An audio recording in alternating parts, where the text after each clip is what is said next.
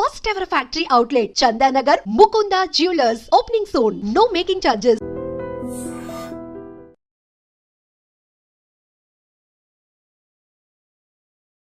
బలపడుతుంది అనుకున్నప్పుడు, బీజేపీ బలపడినప్పుడు బీఆర్ఎస్‌కి హెల్ప్ అవుతోంది, కాంగ్రెస్ పడిపోతుంది అనుకున్నప్పుడు ఎమ్మెల్సీ ఎన్నికల్లో ఎందుకు నిలబడలేకపోయింది బీఆర్ఎస్ పార్టీ? క్యాండిడేట్‌లను ఎందుకు పెట్టలేదు? లాస్ట్ టైం కూడా పెట్టలేదు. అధికారంలో ఉన్నప్పుడు కూడా ఎమ్మెల్సీ ఎలక్షన్స్‌లో క్యాండిడేట్స్‌ని పెట్టలేదు. ఎందుకంటే ఇది వాస్తవంగా పార్టీల ప్రమేయం లేకుండా జరగాలి.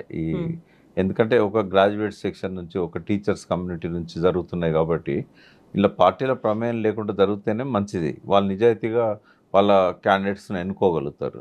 ఇప్పుడు పార్టీల ప్రమేయం ఉండే వరకు మళ్ళీ వాళ్ళకు కూడా ఏం న్యాయం జరగదు. పార్టీ అభ్యర్థులు గెలిచే సభలోకి వచ్చినట్టయితే వాళ్ళ జెన్యూన్ వాళ్ళ ప్రతినిధులు రారు, పొలిటికల్ ప్రతినిధులే వస్తారు. మళ్ళీ కౌన్సిల్ పెట్టిన ఉద్దేశం కూడా అది కాదు. పెద్దల సభ అన్నప్పుడు ఈ సెక్షన్కి ప్రాధాన్యత ఉండాలి, ప్రాతినిధ్యం ఉండాలి. ఒకప్పుడు చుక్కారామయ్య లాంటి వాళ్ళు, కాళోజీ నారాయణరావు లాంటి వాళ్ళు, వివి రాఘవాచారి లాంటి వాళ్ళు టీచర్స్కు ప్రాతినిధ్యం వహించారు, నిజాయితీగా ఉన్నవాళ్ళు. ఇవాళ మళ్ళీ పొలిటికల్ ఎలిమెంట్సే వచ్చాయి. మళ్ళీ డబ్బులు ఖర్చు పెట్టుకొని అది కూడా ఒక పొలిటికల్ సీట్ లాగా వచ్చేసిండ్రు. ఇక పెద్దల సభకు అర్థమేమున్నది? ఆడ వీళ్ళు పోయి కూర్చొని చేసేది ఏమున్నది? ఆ ఎమ్మెల్సీని అడ్డు పెట్టుకొని పైరవీలు చేసుకోవడం తప్ప వీళ్ళు పోయి అక్కడ ఏం చేస్తారు? కోట్లు సంపాదించి కోట్లు ఖర్చు పెట్టి మళ్ళీ కోట్లు సంపాదించడానికి దీన్ని ఒక వేదికగా వాడుకుంటారే తప్ప ఏముండదు. అయితే ఎమ్మెల్సీ ఎన్నికల్లో బీఆర్ఎస్ పార్టీ తన క్యాండిడేట్ని పెట్టకపోవడం వల్లే ఇండైరెక్ట్గా బీజేపీకి సహకరించారు, అందువల్లే బీజేపీ గెలిచింది అనే మాట కాంగ్రెస్ చెప్తోంది. ఇప్పుడు బీఆర్ఎస్ నుంచి వస్తున్నటువంటి మాట కాంగ్రెస్ అండ్ బీజేపీ ఇద్దరు కలిసి బీసీ క్యాండిడేట్లను ఓడించారని. ఎవరెవరితో కలిసారు? బీసీ ఫ్యాక్ట్ ఉందనేది వాస్తవం. అది మనం మళ్ళీ మాట్లాడదాం. ఇక్కడ ఎవరెవరికి సపోర్ట్ చేశారనడానికి ఒక సాక్ష్యం ఉంది. కరీంనగర్ గ్రాడ్యుయేట్స్ ఎన్నికల్లో మూడో అభ్యర్థిగా ప్రసన్న హరికృష్ణ ఉన్నాడు. అతను ఇండిపెండెంట్. ఈ ద్వితీయ ప్రాధాన్య ఓటు ఉంటుంది కదా, ప్రథమ ప్రాధాన్య ఓటు వాళ్ళు అనుకున్న క్యాండిడేట్కి వేస్తారు. ఈ రెండు పార్టీలు, బీజేపీకి వేసుకుంటుంది, కాంగ్రెస్ అభ్యర్థులు కాంగ్రెస్కి వేసుకుంటారు. మూడో వ్యక్తి అంటే పోటీ మొదలైన కాడ నుంచి కూడా, ఎలక్షన్ నాడే కాదు, పోలింగ్ నాడే కాదు, 10 రోజుల ముందు నుంచి కూడా వాళ్ళు ఉండేది ముగ్గురే అనేది క్లియర్ అయింది. క్లియర్ అయినప్పుడు సెకండ్ ఓటు ఎవరికి వేయాలి వీళ్ళు? ఇప్పుడు బీజేపీ కాంగ్రెస్కి వేస్తుందా, లేకపోతే కాంగ్రెస్ బీజేపీకి వేస్తుందా? ఇద్దరు కలిసి ప్రసన్న హరికృష్ణకి వేస్తారా? ఎవరికి పడ్డాయి? కొన్ని వేల ఓట్లు బీజేపీ అభ్యర్థికి పడ్డ మొదటి ఓటు కాంగ్రెస్ అభ్యర్థికి రెండో ఓటుకు పడ్డది. కాంగ్రెస్ అభ్యర్థికి పడ్డ మొదటి ఓటు బీజేపీ అభ్యర్థికి రెండో ఓటు పడ్డది.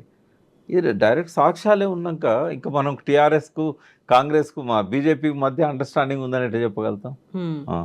అయితే ఒకటి, కొమరయ్య విషయంలో మాత్రం, మల్క కొమరయ్య గారి విషయంలో స్పష్టంగా బీసీ వాదం అనేది కనబడ్డది. ఆడ అన్ని పార్టీలలో ఉన్న బీసీలు కూడా మల్క కొమరయ్యకే వేశారు. ఈవెన్ కాంగ్రెస్లో ఉన్న బీసీలు కూడా వేశారు. పరోక్షంగా ప్రచారం చేశారు. అక్కడ బీసీ ఫ్యాక్టర్ కనబడ్డది. రెండవది, హరికృష్ణకు కూడా బీసీలు చాలా వరకు మద్దతుగా నిలబడ్డారు. బట్ ఈ రెండు పార్టీల అభ్యర్థులకు ధనబలం ఉంది బాగా. హరికృష్ణకు డబ్బు లేదు, మంచి పేరుంది. ఆ డబ్బు బలంతోనే వాళ్ళని గెలిపించుకున్నారు. బట్ ఇక్కడ మల్క కొమరయ్య విషయంలో కానీ హరికృష్ణ విషయంలో కానీ బీసీలు ఎంత తాపత్రయపడుతున్నారు తమ క్యాండిడేట్ గెలిపించుకోవడానికి అనేది స్పష్టంగా మనకు కనబడ్డది. ఇప్పుడు వీస్తున్నది బీసీ గాలి అని చెప్పొచ్చు. అందుకే అన్ని పార్టీలు కూడా, ఒక పక్కన బీజేపీ గాలి, ఒక పక్కన బీసీ గాలి ఉందా? అంటే బీజేపీ కూడా బీసీ గాలిని కొంత క్యాచ్ చేసింది. అంటే మల్క కుమరయ్య గారికి వాళ్ళు టికెట్ ఇవ్వడము, అది కొంత బీసీలను ఎంకరేజ్ చేసే వైపుగా వాళ్ళు ఆలోచించారు. అంటే రాబోయే రోజుల్లో కొంత బలంగా బీసీ వాదాన్ని వినిపించే పార్టీలలో బీజేపీ ఉంటుంది. ఇప్పుడు కాంగ్రెస్ ఒకవైపు, బీజేపీ ఒకవైపు ఉన్నప్పుడు బీఆర్ఎస్, కేసీఆర్ ఏం చేయబోతున్నారు అనేది ఈరోజు అందరూ ప్రజాప్రతినిధులతో ఆయన సమావేశం ఏర్పాటు చేశారు.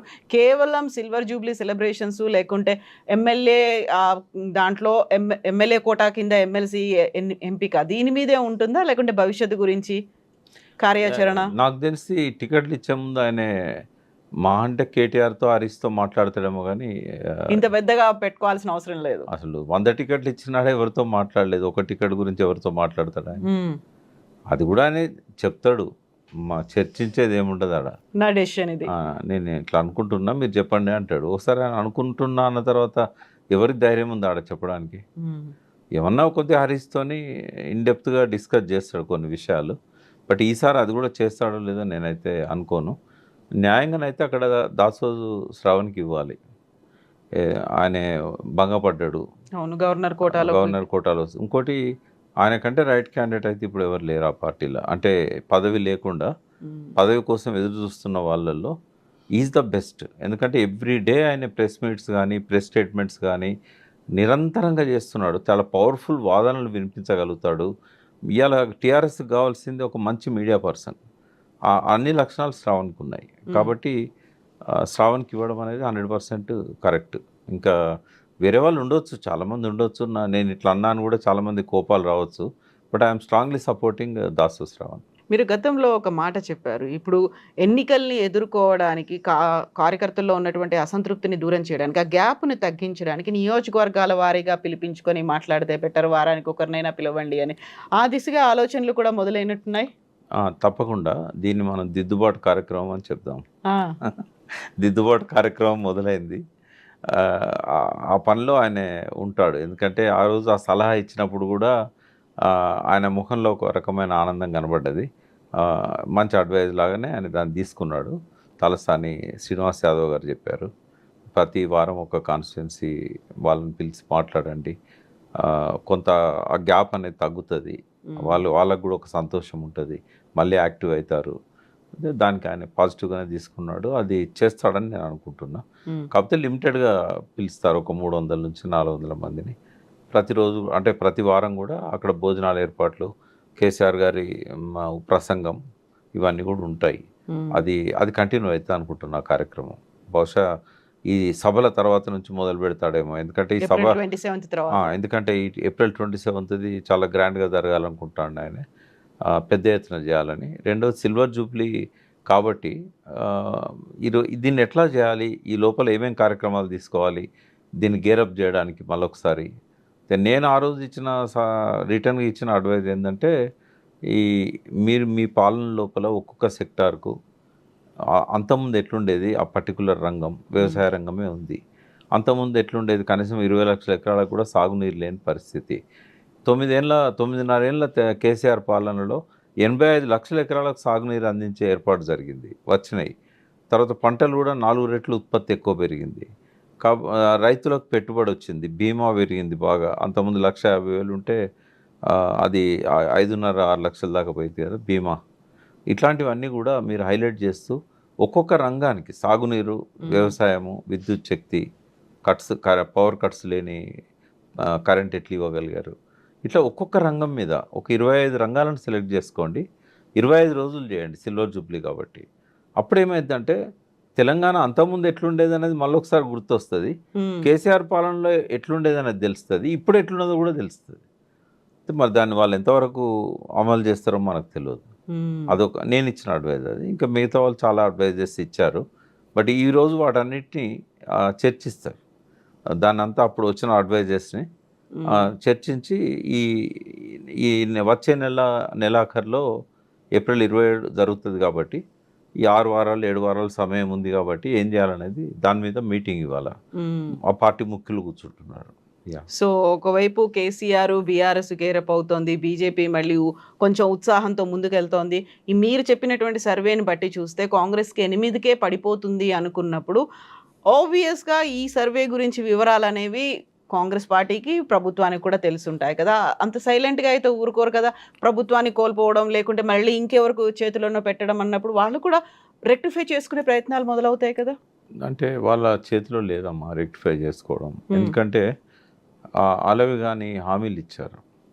పోనీ నిజాయితీగా ప్రజల ముందుకు వచ్చి మాకు అప్పుడు పరిస్థితి అంచనా లేకుండే, మేము ఆర్థికంగా చాలా సంపన్నంగా ఉన్నామని చెప్పి మేము ఎక్స్పెక్టేషన్స్ ఎక్కువ ఉండి మేము ఇట్లా మీకు హామీలు ఇచ్చాం, ఇన్ని హామీలు మేము అమలు చేయలేము, మేము చేసేది చెప్తామని చెప్పి కొన్ని వాళ్ళు ఏమైతే అమలు చేస్తారో వాళ్ళకు పర్సన్ ఎంతవరకు పర్మిట్ చేస్తుందో అంతవరకు వాళ్ళు ప్రజల ముందుకు నిజాయితీగా వచ్చినట్టయితే ఒక తీరు ఉంటుంది. లేదు ఇంకా వాళ్ళని హామీలు అట్లే మేము అమలు చేస్తామని మభ్య పెడుతూ ఇప్పుడు మోసపోయినాం అనే ఫీలింగ్ ప్రజలకు వచ్చినప్పుడు మోసం ఓకే కానీ నమ్మక ద్రోహం చేయకూడదు. తప్పులు చేయొచ్చు, పొరపాట్లు చేయొచ్చు, మోసం కూడా చేసినా ఒక లెవెల్ వరకు భరిస్తారు. కానీ నమ్మక ద్రోహం చేస్తే ఇంకా తీవ్రంగా ఉంటుంది. ఇప్పుడు చేసేది నమ్మక ద్రోహం. నేను మీకు మాట ఇచ్చాను కానీ చేయలేకపోయినా దానికి కారణాలు ఇవి అంటే కొందరు నమ్ముతారు, కొందరేమో మనల్ని మోసం చేసినరా ఇతను అని అనుకుంటారు. బట్ నమ్మక ద్రోహం చేస్తున్నాడు. రైతు భరోసా ఎక్కడిచ్చాడమ్మా అందరికీ? 21,000 కోట్లు ఇచ్చానని ఆయన చెప్తున్నాడు. 48,000 కోట్లలో 21,000 కోట్లు ఎంత అవుతుంది? 30%. అదేవిధంగా అది నేను చెప్పింది అప్పు గురించి, రుణమాఫీ. రైతు భరోసా విషయానికి వచ్చినప్పుడు ఒకటేమో ఫస్ట్ అబద్ధం చెప్తున్నాడు. కేసీఆర్ ఇవ్వలేదు, తర్వాత నేను ఇచ్చాను. కేసీఆర్ ఇవ్వకుండా ఆపింది నువ్వే కదా ఎలక్షన్స్ అప్పుడు. రైతులకు తెలియదా? మధ్యలో ఒకరోజు హరీష్ రావు గారు ఏదో మాట అన్నాడని చెప్పి సుప్రీంకోర్టు, హైకోర్టు రిలీజ్ చేయమని ఆర్డర్ ఇచ్చిన తర్వాత కొంతమంది అకౌంట్లో పడ్డ తర్వాత నిరంజన్ పోయి కంప్లైంట్ ఇచ్చి, ఇప్పుడు BC commission chairman, Congress vice president, అయితే ఆయన పోయి ఇచ్చినందుకు మళ్ళీ ఆపారు. మరి ఎలక్షన్ తెల్లవారే పడతాయి అకౌంట్స్లలో అన్న తర్వాత ఎలక్షన్ కమిషనే చెప్పింది కోడ్ అయిపోగానే పడతాయని చెప్పేసి. మరి రేవంత్ రెడ్డి ఎందుకు వెళ్ళిపోయాడు? ఆ డబ్బులన్నిటి కాంట్రాక్టర్లకు బిల్లులు చెల్లించడానికి ఇచ్చాడు కదా. ఇప్పుడేమంటున్నాడు? అందరు మర్చిపోయిన అనుకొని కేసీఆర్ మిమ్మల్ని మోసం చేసిండు, ఆఖరి విడత రైతు బంధు ఇవ్వలేదు, మేము వచ్చినాక ఇచ్చాము అంటున్నాడు. అప్పుడు కూడా అందరికి ఇవ్వలేదు, అదొక వేరు విషయం. ఆ రోజు నుంచి ఈ రోజు వరకు రైతు బంధు పడలేదు. ఒక 2 ఎకరాలు 3 ఎకరాలకు కొంతమందికి వచ్చింది, అది కూడా మొన్న ఇచ్చింది 1/10 కూడా ఇవ్వలేదు ఆయన ఇవ్వాల్సిన అమౌంట్లో. రెండవది పెండింగే ఉండిపోయింది. ఇవన్నీ ప్రజలు గమనిస్తారు కదా. అయితే ఇవన్నీ విషయాలు సరిదిద్దుకోలేని ఇప్పుడు వాళ్ళందరికీ ఎక్కడి నుంచి తెచ్చిస్తాడు ఆయన? అభివృద్ధికి డబ్బులు లేవు, సంక్షేమానికి డబ్బులు లేవు, పాత బకాయిలు చెల్లించడానికి డబ్బులు లేవు. ఇప్పుడు ఎల్ఐసికి 7,000 కోట్లు బాకీ ఉన్నారు, రైతు బీమాకు సంబంధించిన అమౌంట్. కిస్తులు కట్టకపోతే వాళ్ళు ఇన్సూరెన్స్ ఇయ్యరుగా, మరి ఎట్లా కావాలి ఇవన్నీ? ఇంకోటి ఏంటంటే ఒక అవగాహన కూడా లేదు. కేసీఆర్ ఇప్పుడు 0 నుంచి ఒక 50 దాకా తీసుకొచ్చాడు. ఈ 50 నుంచి ఒక 70 దాకా ఎట్లా తీసుకుపోవాలనేది రోడ్ మ్యాప్ లేదు, అవగాహన లేదు. డబ్బులు ఎక్కడి నుంచి తీసుకురావాలనో తెలియదు. ఎంతసేపు అప్పుల గురించి ఆలోచించేవాడికి ఆయన కొద్దిగా power of sub conscious mind గురించి తెలుసు. అంటే మనం పదే పదే విజువలైజ్ చేసి వర్బలైజ్ చేసి మైండ్కి ఒక సంకేతం ఇస్తే అది అనుకున్న సాధ్యమవుతుంది అని. అయితే అనుకున్న సాధ్యమైంది అని నమ్మి ప్రూవ్ చేసిన వ్యక్తి రేవంత్ రెడ్డి. నేను ముఖ్యమంత్రి కావాలనుకున్నాడు, పదే పదే దాన్ని అంతటా చెప్పుకున్నాడు, విజువలైజ్ చేసిండు, వర్బలైజ్ చేసిండు, డ్రీమ్ చేసిండు.